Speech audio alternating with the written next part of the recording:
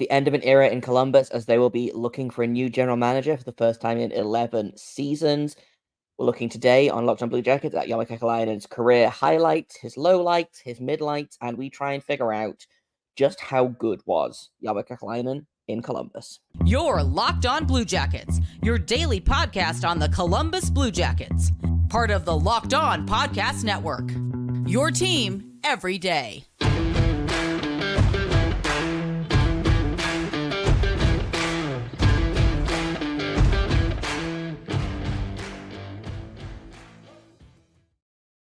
Hello and welcome to Locked On Blue Jackets, part of the Locked On Podcast Network, your team every day. I am, as always, your host, Jay Foster, here to give you the good, the bad, and the ugly of your favorite team and mine, the Columbus Blue Jackets.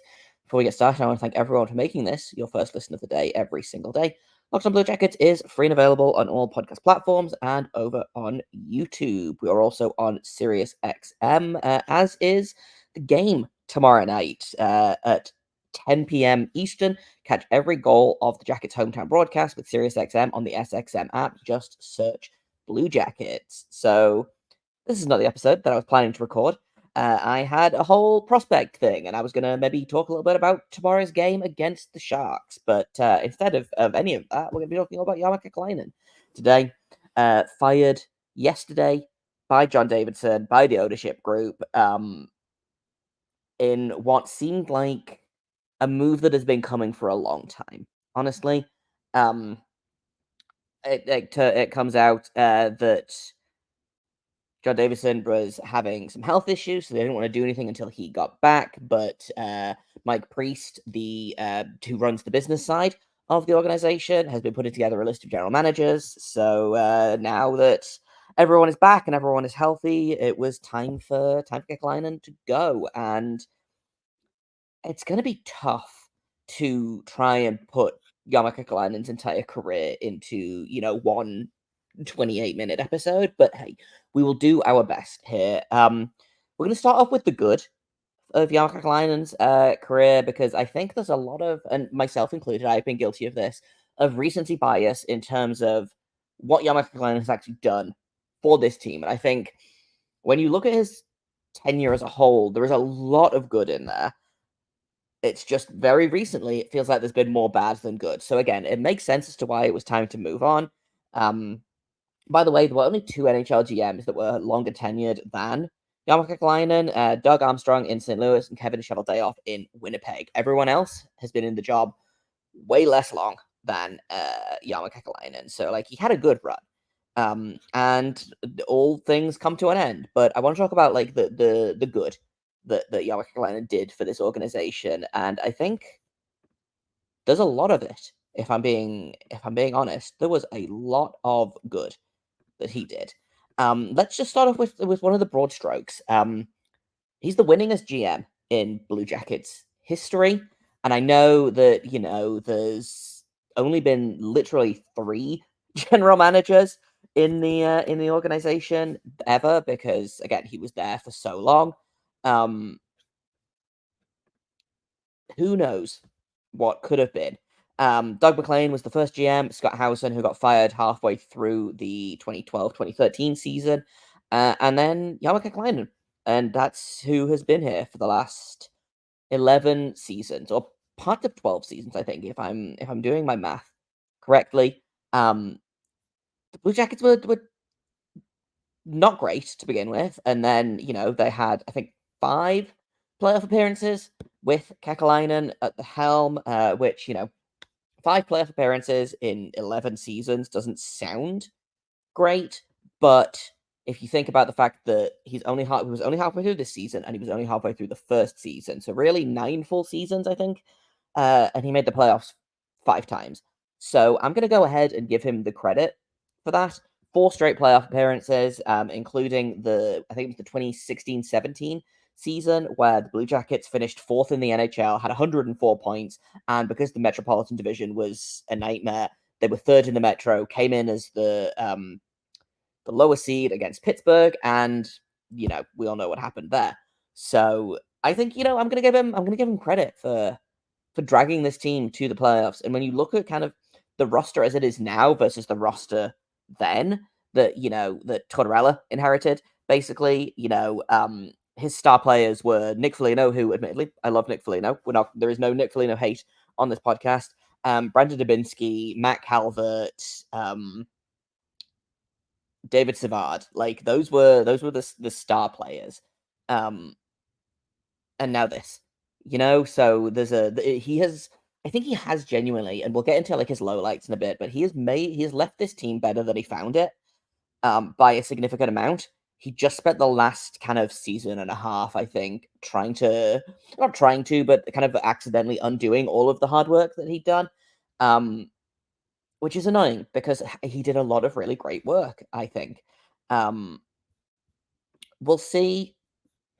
I think in kind of the coming days, we'll probably see some ripple effects from this in the organization. We'll see how the Blue Jackets respond because, they have there's always like a new coach bump, but usually when a GM gets replaced, the team slumps a little bit. I'm really interested to see. I talked about this a little bit in the bonus episode that I did yesterday morning. I'll be interested to see if anything changes in kind of the coaching aspect of this. And again, I someone asked me about this in the comments, and I just wanted to kind of reiterate that I don't think that he was dictating, ice time, and he wasn't dictating like who played and who didn't. But I do wonder how much of it was Kekalainen wanted Babcock to be the coach of this team, and when he was forced to soft fire him or force him to retire, or not retire, to resign is the word I want. I wonder how much of it was going to Vincent and saying, listen, you need to be more of a hard ass on these players. Like, that's what they need. And because we're seeing a really weird disconnect between what Vincent said before getting the job and then what Vincent has done after getting the job. So I'm going to be really interested to see what happens in the next kind of couple of weeks. But winningest GM in Blue Jackets history for Kekalainen, 5 playoff appearances, including 4 straight. The first and still only series win, that sweep against Tampa, where I think not necessarily the sweep itself, but something that like is going to be a real mark on Kekalainen's career in a positive way, is the Blue Jackets kind of snuck into the playoffs that year. They were fighting to get a wild card spot, and it would have been really easy for him to say, oh, it's not our year, we're gonna, see what we can get for Bobrovsky. We'll see what we get for Panarin at the deadline. No, I'm going to bet on my team. We're going to sell the immediate future farm for Duchesne. We're going to bring him in. We're going to bring in a couple of other pieces, and it paid off. So, like, credit to Jarmo Kekalainen for making a big swing that not a lot of GMs will do, basically ever. And it led to that sweep of Tampa, which, no one was expecting. Everyone was making snide comments about how the Lightning were going to win it in 3 games somehow. And I think he believed in the Blue Jackets, and they rewarded him for that. Speaking of players, he has had 3 straight trades with the Blackhawks where he absolutely fleeced them. So the first one, he got Brandon Saad, who obviously, Brandon Saad did not last very long in Columbus, not for any of his own kind of woes or anything. Like, Brandon Saad was a great player for Columbus when he was here. I believe the trade going back the other way was Artem Anisimov, who didn't play very long for Chicago at all. Marco Dano, who ended up going to Winnipeg, I think, and then leaving the league very shortly after. Brandon Saad was great for Columbus. And then a couple of years later, he managed to trade Brandon Saad back to Chicago because they missed him, I guess, in return for Artemi Panarin, who is still one of the best Blue Jackets. He has the best Blue Jackets season in history, which, again, it's a low bar to clear, but he does own that record. He was excellent. No ill will towards Panarin for not wanting to stay. I think a lot of people are mad that he walked in free agency, but, like, they really tried to keep him. I think they tried to keep him harder than any of the other players that hit free agency. Obviously, that was the same offseason that Bobrovsky walked and went to Florida and got $10 million a season for 6 or 8 years. I can never remember. Duchesne went to Nashville and signed a big contract there. They really, really wanted to keep Panarin, and he wanted to play somewhere else. And, like, that's fine. That's not on Kekalainen for not trying hard enough to keep Panarin. I think people always kind of look at losing Panarin as kind of a black mark on Kekalainen's career, but, like, he tried real hard.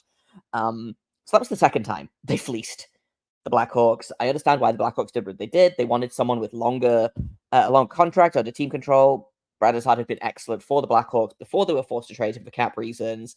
And they didn't think Panarin was going to stick around. And again, he played out the rest of his career in Columbus. He was a great Blue Jacket, and then he went on and has had a great career in New York. The third one was a trade with the Blackhawks not involving Brandon Saad. It was the Seth Jones trade where the Blue Jackets traded Seth Jones, I believe, a fourth-round pick, a first-round pick, and a fourth or a sixth-round pick for a first-round pick, a second-round pick, and a Boquist, and another first-round pick the year after that. So they flip-flopped first-round picks, which that one ended up becoming Cole Sillinger, I believe. They got Adam Boquist for that. They flipped the second rounder to Carolina and got Jake Bean, and they ended up drafting David Jiricek. So they got basically 4 first-round picks for Seth Jones. That's a really, really nice bit of work. And also, I want to give credit to the first Seth Jones trade as well. And I think because a couple of his trades recently have kind of been a little bit iffy, I think a lot of people forget how good his trades were kind of in his heyday, quote unquote. And that is, originally it was Seth Jones for Ryan Johansson, who had been underperforming in Columbus, did not get on well with Tortorella, did not fit into Tortorella's systems. The Blue Jackets needed a legitimate number one defenseman. They got Seth Jones. And again, for his time in Columbus, he was great. He was excellent. Obviously, didn't want to sign long term, wanted out, and they were like, "Yep, cool. You can go to Chicago and play with your brother, and we'll just fleece the GM of the Blackhawks for the third time in like 5 seasons." It was great. I want to keep talking about Jarmo Kekalainen's highlights for a little bit. There's a couple more trades that I want to look at, and then a free agent signing, and also his drafting history as a whole. So that's what we're going to talk about next here on Locked On Blue Jackets. First, I'm going to tell you guys about eBay Motors. Passion, drive, and patience is what brings home the winning trophy. It's also what keeps your ride or die alive. eBay Motors has everything you need to maintain your vehicle and level it up to peak performance, from superchargers, roof racks, exhaust kits, LED headlights, and more. Whether you are into speed, power, or style, eBay Motors has you covered. They've got over 122 million parts for your number one ride or die, and you're always going to find exactly what you're looking for. And with eBay Guaranteed Fit, your part is guaranteed to fit your ride every single time, or you're going to get your money back. Because with eBay Motors, you're going to burn rubber, not cash. They've got all the parts you need at the prices you want. It's easy to turn your car into the MVP and bring home that win. Keep your ride or die alive. ebaymotors.com. Eligible items only. Exclusions apply. eBay Guaranteed Fit is only available to US customers. Welcome back to Locked On Blue Jackets. We are just going to finish up talking about Jarmo Kekalainen's career highlights in Columbus, because there are a fair amount of them, and honestly, it's taking a little bit longer to get through them than I thought. So maybe we'll do highlights today, we'll do lowlights tomorrow. We'll figure it out. We'll see where we go.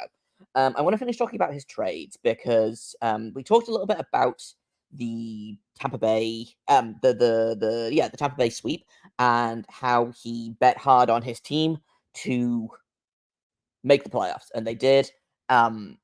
Not so. Only a couple of seasons later, I believe the 2021 season, they ended up trading 2 expiring UFAs. They traded a handful of guys that offseason, but these are the two. Oh, not the offseason, the trade deadline. These are the 2 big ones. Nick Foligno went to Toronto. I believe they retained a little bit of salary, but they got a first-round pick in return for Nick Foligno. They also got a first-round pick for David Savard. Now, that is just truly excellent asset management. 2 players that were not going to re-sign in Columbus, probably 2 players that wanted to go and win a cup. Obviously, Foligno probably would have re-signed, I think, but they wanted to do right by him. They said, "Hey, do you want to go win a cup?" And he said, "Yeah, if you don't mind." Sent him to Toronto, unfortunately, and he was never going to win a cup there, but they got 2 first-round picks back. And again, those first-round picks turned into Cole Sillinger and Corson Ceulemans. Now, Corson Ceulemans is still kind of a question mark. He's a prospect that I'm really interested in. I think Cole Sillinger has really kind of come into his own. Obviously, that was part of the Seth Jones trade. I believe the original pick that belonged to Tampa Bay was Nolan Allen, I believe, the Blackhawks ended up drafting at that position. So they did it again, just some very, very tidy business. And again, knowing that the team was not going to make the playoffs, selling off the pieces, and getting, I think, setting the expectations for me anyway. Like that's what I expect every time they trade a player at the deadline. Now I'm like, man, if David Savard got a first round pick, then Jack Roslovic should get a first round pick. And admittedly, Foligno and Savard were both pieces that GMs love defensive defensemen that block shots, and they love heart and soul guys like Foligno that maybe can't skate very well, but damn it, they try. So they were the price was high on those guys anyway. But I'm looking at who's going to be moving in this upcoming trade deadline, and I'm like, they're probably not going to get a first round pick, but they might. Who knows?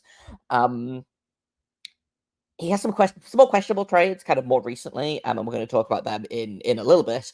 But I wanted to kind of finish off the highlights with two things. One, signing Johnny Gaudreau, I think, changed the face of this franchise in a way that I think even with the team underperforming last season, underperforming this season, it's not what I think Johnny Gaudreau expected. It's not what anyone in the organization expected. But landing a big free agent like that, I think, put Columbus on the map as, well, if Johnny Gaudreau wants to go there, maybe I want to go there, and we haven't really seen the repercussions of that yet. But if he doesn't sign Johnny Gaudreau, then this team is probably even worse than they are right now. And this team is pretty darn bad right now. So this is going to seem a bit kind of, what's the word I want? Not argumentative, but like it's going to seem a bit backwards. I don't mind the Johnny Gaudreau free agent signing. I know that there was a lot of talk about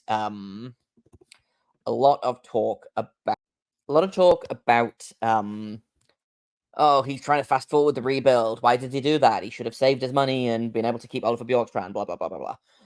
I don't mind the Johnny Gaudreau signing. I think because people expected the team last year to be better than they were. They were decimated by injury and just everything that could have gone wrong did go wrong last year. I think this year there was way less expectations. I expected the team to be better than they are, but I wasn't expecting them to make the playoffs the way that I was expecting that last season, So I'm okay with that. I am less okay with, trading futures away to try and fast forward this rebuild, because that's kind of what it felt like with Gaudreau, was he was like, okay, let's get a jump on this rebuild. Let's take a step forward, even if that's a season forward or 2 seasons forward or whatever. It didn't cost them anything. It cost them Oliver Bjorkstrand, I guess, but that's something we'll talk about in a little bit. The Johnny Gaudreau signing is fine because he didn't give anything up initially for that. And it was a step forward in a way that made sense because they thought the team was going to keep taking steps forward. In the offseason, they traded a first round pick and some other futures to Philadelphia, got Ivan Provorov, who again, I think a lot of people kind of conflate these two moves as well. But you didn't have a problem with Gaudreau. Why do you have a problem with Provorov? And I'm like, I don't necessarily have a problem with Provorov.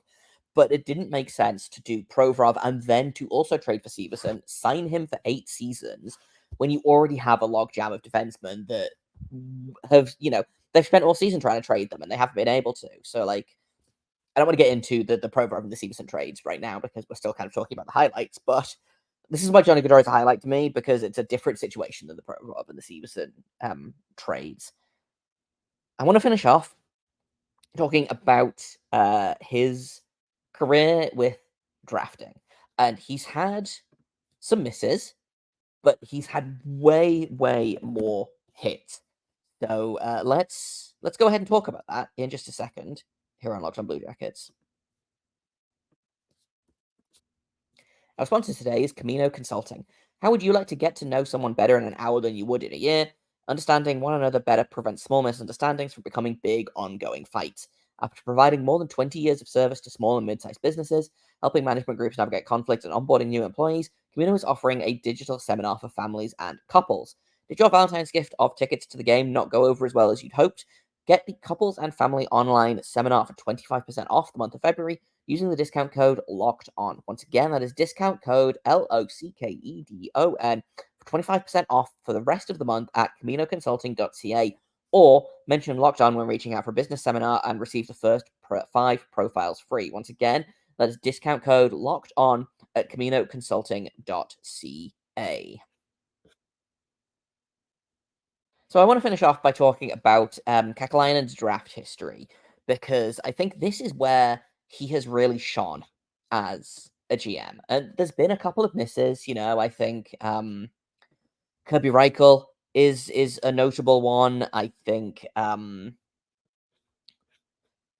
Marco Dano is another one. I think people love to poop all over Sonny Milano. I think he was the one that I think could have been a little bit better. Liam Foodie obviously didn't pan out. I don't think we can blame him for Pierre-Luc Dubois necessarily, although looking back, it would have been great if they'd swung on Matthew Tkachuk instead. But then you look at guys like Igor Chinikov, who no one had heard of, was an overager that not even the experts knew. And he's turned into a really, really good, promising player. I think everyone was kind of surprised by Kent Johnson being picked the 5th overall. I think David Juracek was a slam dunk pick. I like Denton Matejchuk as a pick a lot. Adam Fantilli kind of fell into his lap, but I'm going to go ahead and count that anyway. It's been a good lot of drafting recently, and that's not even getting into like the other guy, like the depth guys. I would say, like getting Luca Pinelli in the 4th round, getting Stanislav Svozil in the 2nd round, Gavin Brindley in the 2nd round. Sorry, Svozil was a 3rd round pick. Sergei Ivanov in the 5th round. He's looking like he's going to turn into a really great goalie. James Malatesta, 5th round. Luca Del Bel Belouz, 2nd round. Like, I could keep going on and on and on. Like, Dmitry Vronkov, 4th round pick. Kromachenko, 2nd round pick. Trey Fuxolansky, 7th round pick. There's just been a lot of really, really sneakily great drafting. And obviously, a lot of these guys are so new that it's hard to really kind of say whether they were great draft picks or not, but the early returns on a lot of these players are looking really, really great.